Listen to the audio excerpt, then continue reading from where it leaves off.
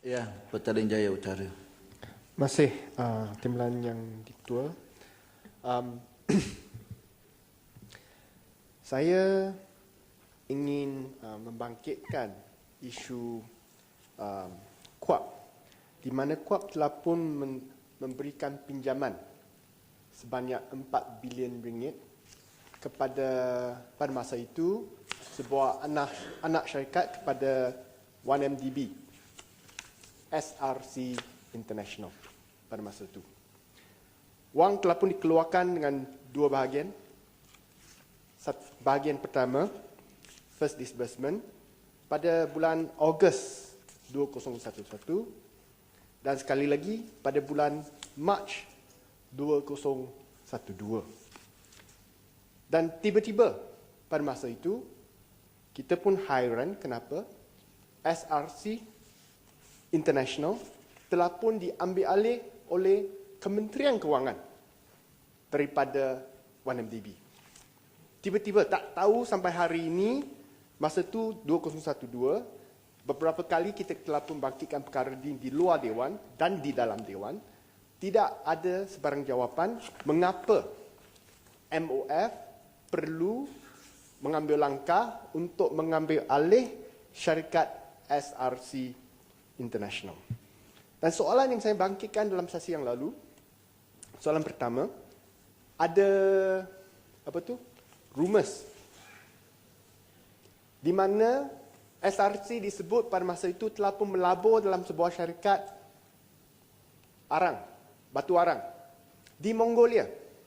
Dan saya tanya dalam soalan parlimen yang diberikan kepada Kementerian Kewangan, dan saya dapat jawapan. Jawapan daripada Menteri Kewangan adalah bahawa SRC telah pun melabur dengan satu joint venture, melalui satu joint venture dalam syarikat Gobi Coal and Energy. SRC memiliki 50% daripada pelaburan tersebut. Dan soalan berikutan yang saya telah pembangkitkan kepada Kementerian Kewangan, saya tanya, dalam laporan audit penyata kewangan SRC International bagi tahun Mac 2014, ada yang disebut bahawa jumlah 3.81 bilion ringgit adalah dilabur, saya petik dalam pelaburan luar Malaysia, investment portfolio outside Malaysia. Laporan bertulis bahawa the group's investment portfolio outside Malaysia consists of open-ended funds, quoted shares, bonds and time deposits. Oleh sebab tu saya nak tanya, saya minta tanya kepada pihak Menteri Kewangan, apakah yang dilaburkan yang disebut sebagai open-ended funds, quoted shares, bonds and time deposit. Tapi jawapan yang diberi oleh Menteri Kewangan adalah bercanggah dengan apa yang disebut dalam penyata kewangan. Jawapan yang diberi oleh Menteri Kewangan adalah pelaburan adalah dalam sektor batu arang dan sumber asli. Dan SRC International menjalankan pelaburan mereka secara langsung atau melalui syarikat usaha sama dengan pelabur-pelabur antarabangsa. So kita ada soalan di sini di mana Menteri Kewangan berkata bahawa apa yang dilabur 3.81 bilion itu adalah dalam sektor batu arang dan sumber asli, dan segala pelaburan dibuat secara langsung ataupun melalui syarikat-syarikat usaha sama dengan pelabur-pelabur antarabangsa. Tapi apa yang ditulis dalam akaun ialah pelaburan dibuat open-ended funds, quoted shares, bonds and time deposit. Nah, ini telah pun membangkitkan kecurigaan ataupun doubts on what's actually happening dalam SRC International. Dan kita tahu bahawa Gobi Coal and Energy merupakan pelaburan yang paling besar untuk SRC International, seperti yang dijawab oleh pihak menteri dalam jawapan yang diberikan kepada ahli-ahli parlimen. Dan kita terkejut apabila kita melihat dalam satu laporan penyata kewangan satu syarikat yang disenaraikan di London Stock Exchange. Syarikat Origo Partners PLC. Dalam laporan tersebut, Origo PLC, Origo Partners merupakan satu pemilik saham bagi syarikat Gobi Coal and Energy di Mongolia. Dan kita terkejut sebab dalam laporan Origo, nilai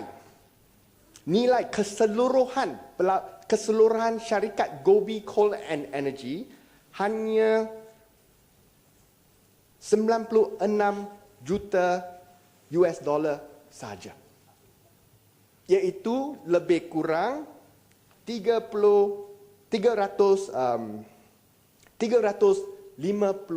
juta ringgit. Iaitu nilai syarikat Gobi Coal and Energy seluruhnya hanya 350 juta saja. Kita kena ingat, jumlah pelaburan SRC di luar negeri disebut dalam accounts 3.8 bilion ringgit. Tapi Gobi Coal and Energy nilainya hanya 350 juta. Nilai Gobi Coal and Energy. Dan lebih, so kalau katakan 1MDB, bukan 1MDB, SRC International ada memilik 50% daripada saham Gobi Coal and Energy, nilai saham itu hanya 48 juta US dollar. Dan kita baca lagi penyata kewangan daripada Origo Partners dan mereka menyebut bahawa Origo mempunyai 14% saham dalam Gobi Coal and Energy dan juga menyebut bahawa mereka merupakan pemegang saham yang paling besar dalam Gobi Coal and Energy. Maksudnya tidak ada syarikat lain yang mempunyai saham melebihi 14% dalam Gobi Coal and Energy. Dan nilai 14% itu hanya 13.4 juta US dollar ataupun lebih kurang 50 juta ringgit saja. Katakanlah pelaburan SRC International dalam syarikat Gobi Coal and Energy lebih kurang 14%, sama saiz dengan Origo. Itu hanya nilai 50 juta ringgit. Jumlah pelaburan SRC International di luar negeri yang disebut dalam laporan penyata kewangan SRC adalah 3.81 bilion ringgit. 50 juta ringgit pelaburan dalam Gobi Coal hanya merupakan 1.3% daripada jumlah pelaburan yang telah pun dibuat oleh SRC International. Kita nak tanya, pelaburan yang telah pun dibuat, pinjaman yang telah pun dibuat oleh KWAP kepada SRC International yang berjumlah 4 bilion, mana perginya wang tersebut. Dan ini menyebabkan kita ataupun pasaran membuat banyak spekulasi. Kenapa tiba-tiba MOF terpaksa mengambil alih SRC daripada 1MDB? Adakah ianya dibuat untuk cover up? Sebab 1MDB, semua orang tumpu perhatian kepada 1MDB kalau ada hutang 4 bilion lagi daripada KWAP yang dilaburkan dalam pelaburan yang mungkin lesak ataupun hilang nilainya, krisis lebih besar. Oleh sebab itu, liabilities dalam SRC dipindah kepada MOF supaya dalam 1MDB tidak lihat begitu teruk pada tahun 2012. Sebab itu pemindahan ini dibuat pada bulan Mac 2012, last month of the financial year end of March 2012. Dan perkara ini menjadi satu perkara yang kita bimbang kerana kita melihat dalam SRC International tidak ada wakil daripada MOF. Yang menjadi pengarah ini seorang yang bernama Nick Faisal Arif Kamil. Dan kita tahu Nick Faisal Arif Kamil ini merupakan sidekick kepada Encik Loh Teck Jo. Jolo. Dia ikut Jolo daripada UBG Berhad dan menjadi eksekutif yang di mana dia merupakan Executive Director of Investment pada tahun hujung tahun 2000-an. Lepas tu menjadi Chief Investment Officer dalam 1MDB. Dan walaupun syarikat telah pun dijual balik kepada MOF, dia masih kekal sebagai pengarah dalam SRC International. Dan dia merupakan, mengikut email-email yang telah pun terbongkar dalam Sarawak Report, the key man in the transaction di mana wang 1MDB pergi kepada Jolo melalui Petro Saudi Seychelles, lepas tu pulang balik untuk mengambil alih syarikat UBG. Ini proses money laundering di mana Nick Faizal jelas melalui email merupakan satu persona yang terlibat secara langsung dalam perkara tersebut. So kita bimbang bahawa akta ini, pindaan ini yang dibawa oleh pihak kerajaan akan cuba cover up transaksi-transaksi yang berlaku dalam SRC International. Antara perkara pertama yang mereka nak buat, kerajaan nak buat, kick out Central Bank Representative. Wakil daripada Bank Negara akan bukan dilucutlah, dibuang. Tak ada lagi. Pecah. Dibuanglah. Tak ada lagi. Manakala hak diberikan kepada pihak Menteri Kewangan ataupun Perdana Menteri untuk menambahkan wakil dalam KWAP, lembaga KWAP. Ini hanya Setiawangsa.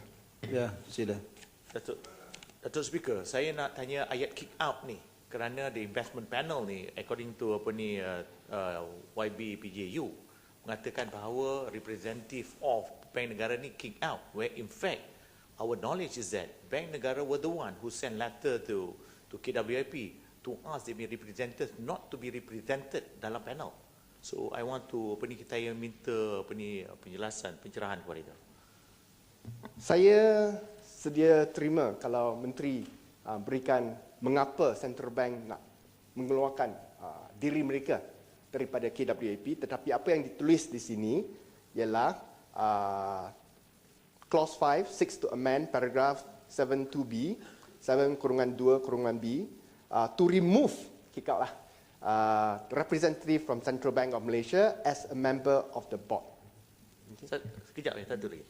Can you not see benda ini sebagai, sedangkan mereka juga rep of Bank Negara ini juga duduk sebagai lembaga, will not be conflict of interest sekiranya mereka ada di lembaga di investment panel, tetapi dalam masa yang sama rep of Bank Negara juga ada di lembaga.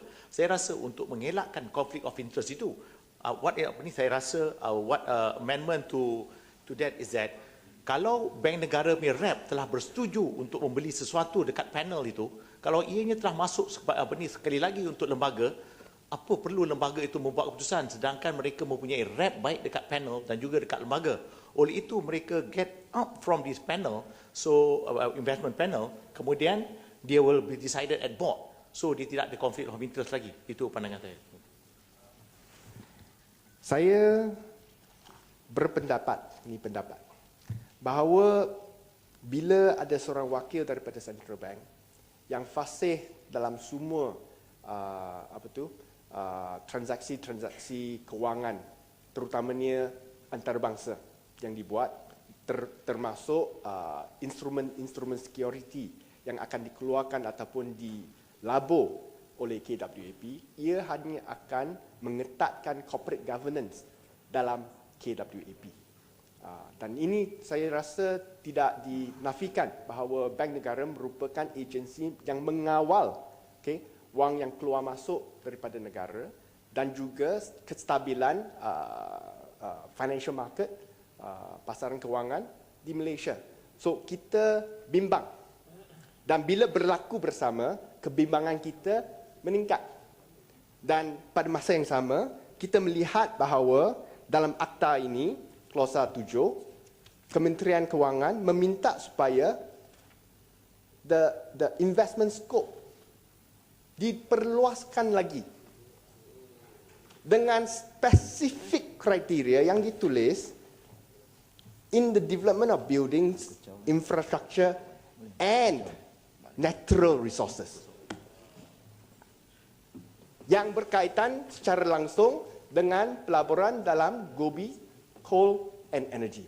Ya, ini merupakan satu andaian. Saya tak menafikan bahawa ia merupakan satu andaian, tapi very coincidentally, kenapa ada satu sektor saja natural resources that is written in here? Kalau pelaburan lah, kenapa ada specifically written in here natural resources? Bukan environment, bukan energy, bukan green technology, natural resources. No, in the ACTA, very specific. So, apa yang kita bimbang ialah tumpuan masyarakat dan pasaran kewangan masa ini ada bertumpu kepada 1MDB. SRC kurang sikit orang nak bincang.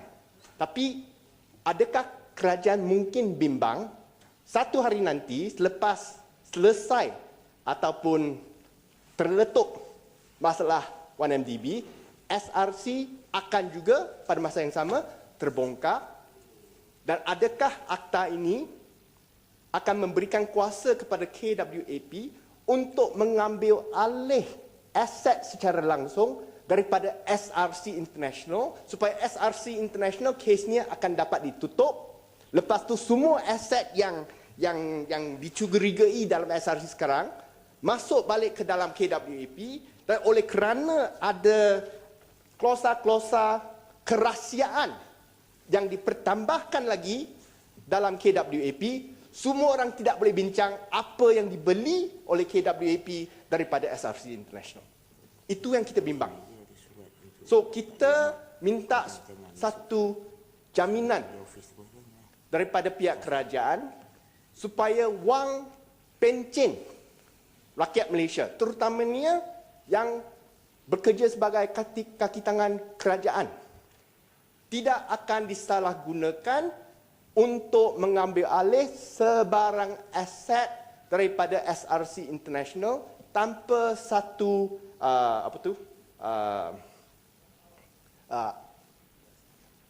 independent assessment yang dibuat kepada apa yang sebenarnya berlaku dalam SRC International black box.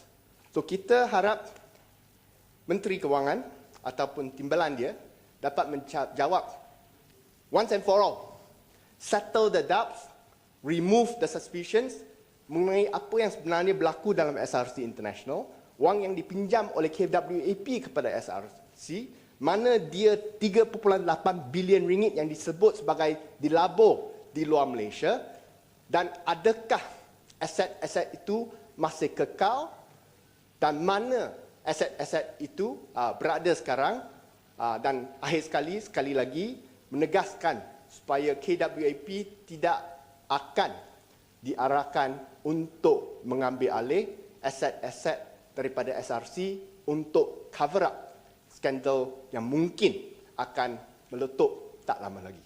Terima kasih Datuk Inputo. Level 3 asset ni dalam account saya petik quotation. Fair value measurements are those derived from valuation techniques that include inputs for the asset or liability that are not based on observable market data, unobservable inputs. Maksudnya pihak audit sendiri, dan syarikat auditnya Deloitte. Deloitte sendiri pun tak pasti apakah nilai sebenar aset-aset ini. Tadi ada sebut SRC International 3.1 bilion. Dalam buku akaun 1MDB 13.8 bilion. Jumlah syarikat kedua-duanya lebih kurang 17 bilion ringgit yang dikatakan ataupun diklasifikasi sebagai level 3 asset oleh Deloitte. Dan oleh sebab tu, adakah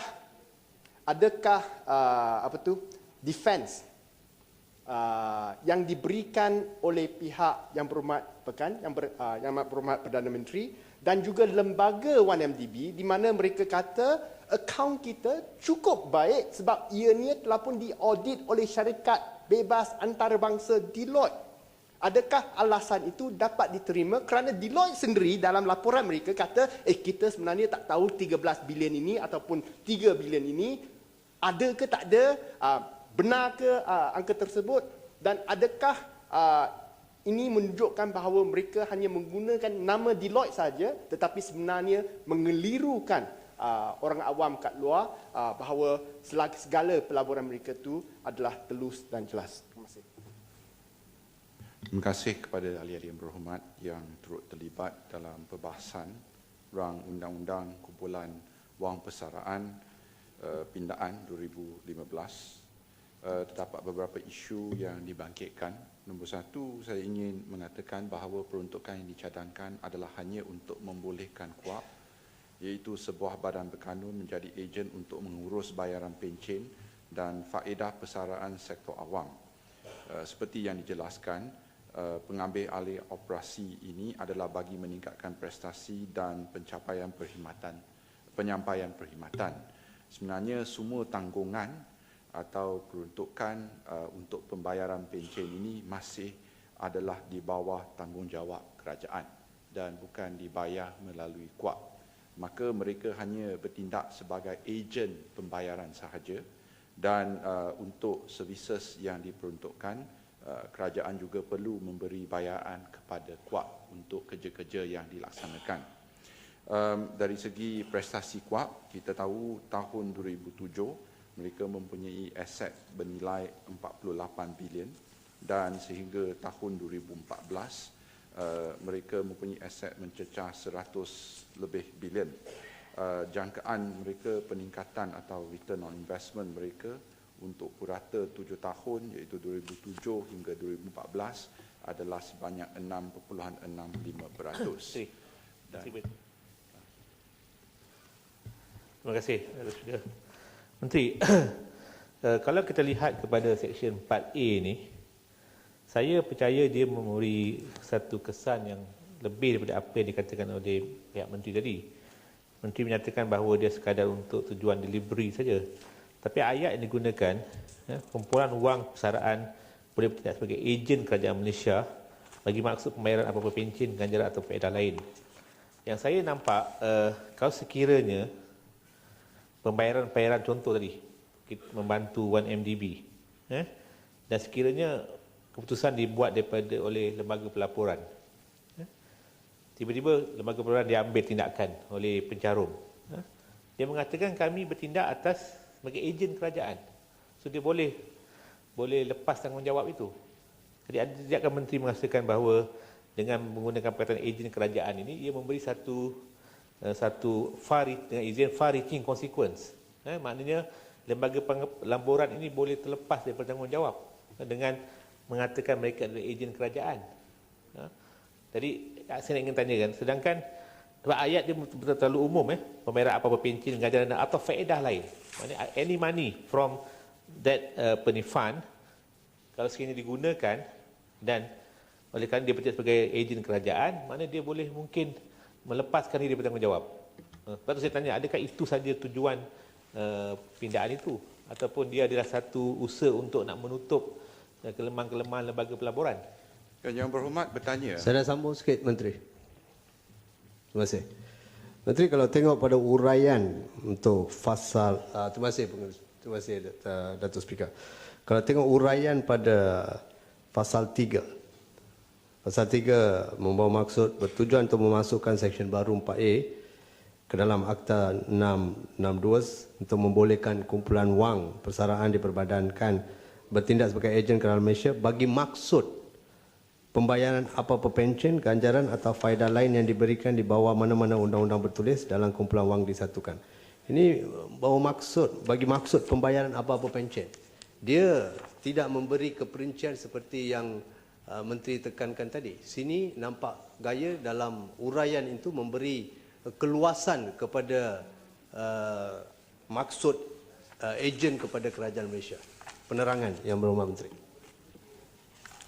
Saya masih berpendapat dengan akta ini bahawa yang tertulis boleh bertindak sebagai ejen kerajaan Malaysia bagi maksud pembayaran apa-apa pencen, ganjaran atau faedah lain bukan dibayar untuk syarikat, tetapi dibayar untuk menguruskan, boleh dikatakan tanggungan yang mana dari segi pencen akan dikendalikan dari segi pembayaran oleh KUAP sebagai ejen kerajaan. Maka dari segi kerja-kerja JPA, mereka hanya akan bertugas dari segi dasar saja. Untuk isu yang dibangkitkan, terutamanya mengenai dari segi panel pelaburan, di mana wakil bank negara digugurkan atau remove, sebenarnya ini adalah di bawah permintaan Bank Negara Malaysia. Dan menurut Akta Bank Negara Malaysia 2009, antara fungsi utama Bank Negara Malaysia termasuklah merumus dan mengendalikan dasar monetary di Malaysia, mengawal selia dan menyelia institusi kewangan di bawah undang-undang yang dikuasakan oleh Bank Negara Malaysia, mengadakan pengawasan ke atas pasaran wang dan pasaran pertukaran wang asing.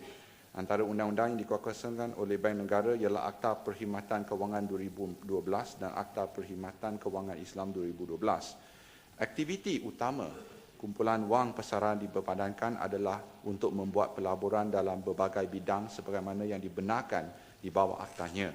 Dalam menjagakan aktiviti pelaburan ini, kumpulan wang ini sama seperti badan-badan lain adalah tertaluk kepada undang-undang yang mengawal selia aktiviti pelaburannya. Ini termasuklah undang-undang yang dikuatkuasakan oleh Bank Negara Malaysia. Sekiranya wakil Bank Negara Malaysia turut mengangguti panel pelaburan kumpulan wang ini, maka penglibatan wakil berkenaan boleh terjumlah kepada suatu konflik of interest atau percanggahan kepentingan antara tanggungjawab Bank Negara Malaysia sebagai anggota panel pelaburan dan sebagai pengawas selia aktiviti pelaburan itu. Sehubungan itu, Kerajaan dan Bank Negara Malaysia telah bersetuju supaya Bank Negara Malaysia tidak lagi menjadi anggota dalam panel pelaburan. Dengan yang demikian, pengawasalian oleh Bank Negara ke atas aktiviti kumpulan wang ini boleh dibuat dengan suci hati dan transparan dan tidak tercemar dengan apa-apa kemungkinan percanggahan kepentingan. PJU dan Batu bangun. PJU. Ya, silakan. Terima kasih Yang Berhormat Menteri. Dua soalan. Nombor satu, kalau mengikut sebab-sebab ataupun alasan-alasan yang diberikan tadi mengenai percanggahan kepentingan, bahawa ada percanggahan antara wakil bank negara yang duduk dalam lembaga ataupun ahli panel pelaburan dalam KWAP. Buat masa ini, bank negara juga merupakan ahli panel dalam KWSP, EPF. So adakah juga kerajaan akan mengeluarkan satu undang-undang baru bahawa bank negara juga akan digugurkan daripada ahli panel, lembaga panel pelaburan dalam KWSP? Saya rasa perkara ini tidak masuk akal kerana lembaga KWAP ataupun tabung haji ataupun EPF merupakan agensi pelaburan ataupun kewangan kerajaan. Ia tidak merupakan pihak swasta seperti Maybank, CIMB. So kalau bank negara merasa bahawa kalau mereka duduk dalam Maybank ada percanggahan, betul. Tapi bila duduk dalam agensi kerajaan, tak mungkin ia boleh dikatakan sebagai percanggahan. Nombor dua, pengerusi bagi KWAP buat masa ini merupakan Treasury General Tan Sri Ewan Sregar. Bukankah MOF sebagai badan penguatkuasa juga, kalau duduk sebagai chairman of KWAP, ia juga akan menimbulkan percanggahan kepentingan. So tidak masuk akal kita mengeluarkan satu undang-undang khusus untuk menggugurkan bank negara, ahli bank negara, wakil bank negara daripada lembaga ataupun panel pelaburan bagi KWSP. Saya rasa alasan yang diberi itu tidak dapat diterima. Saya tambah sedikit saja. Saya setuju dengan apa yang dibawa oleh PJ Utara. Cuma saya nak tambah. Kita oleh kerana ini adalah wang pencen, sama ada EPF atau ini, dia regulatory procedure dia berbeza. So bank negara sebagai regulatory body yang duduk di sana, saya tidak nampak alasan yang conflict of interest ini bolehkah kerajaan senaraikan apa yang terjadi selama ini telah mewujudkan satu tanggapan bank negara sehingga mereka rasa ada conflict of interest. Tapi kalau kita kata 4 orang yang telah diganti itu, sekarang undang-undang ini kita tidak boleh mengelakkan seseorang itu duduk dalam satu NDB tetapi pada masa yang sama duduk dalam KFWAP. Kita tak boleh halangkan seorang yang telah dilantik oleh MOF yang duduk dalam tabung haji tetapi juga duduk di sini. Atau seseorang itu yang dilantik duduk dalam Board of Investment di EPF dan juga dilantik untuk duduk di sini. Kalau kita betul-betul concern tentang conflict of interest, yang dilantik oleh politician, iaitu MOF atau Perdana Menteri, itu adalah lebih kita harus kawal daripada sebuah institusi yang tidak ada kepentingan politik seperti Bank Negara. Apa pandangan penjelasan dari Timbalan Menteri? Terima kasih atas soalan-soalan tambahan tadi. Sebenarnya untuk KWSP dan SOXO, memang Bank Negara juga mengatakan mereka ingin kalau boleh menarik dari segi wakil mereka. Dan sebenarnya ini adalah kerana di bawah akta mereka mempunyai wakil dan mereka juga ingin mengendalikan supaya tiada percanggahan atau boleh dikatakan conflict of interest. Dan dari segi isu yang dibangkitkan mengenai SRC International, pelaburan pembiayaan ke atas SRC ini dijamin sepenuhnya oleh kerajaan dan oleh itu dari segi KUAP, risiko mereka adalah tiada pada masa sekarang. Dari segi kadar keuntungan dan juga pembiayaan, mereka bukan membeli equity SRC International tetapi pemberian boleh dikatakan sukuk atau bond, dan oleh itu proses pembiayaan ini juga dilakukan mengikut tadbir urus korporat yang diluluskan oleh Jawatan Kuasa Pelaburan KUAP dan juga diluluskan oleh panel pelaburan KUAP. Sekian, terima kasih.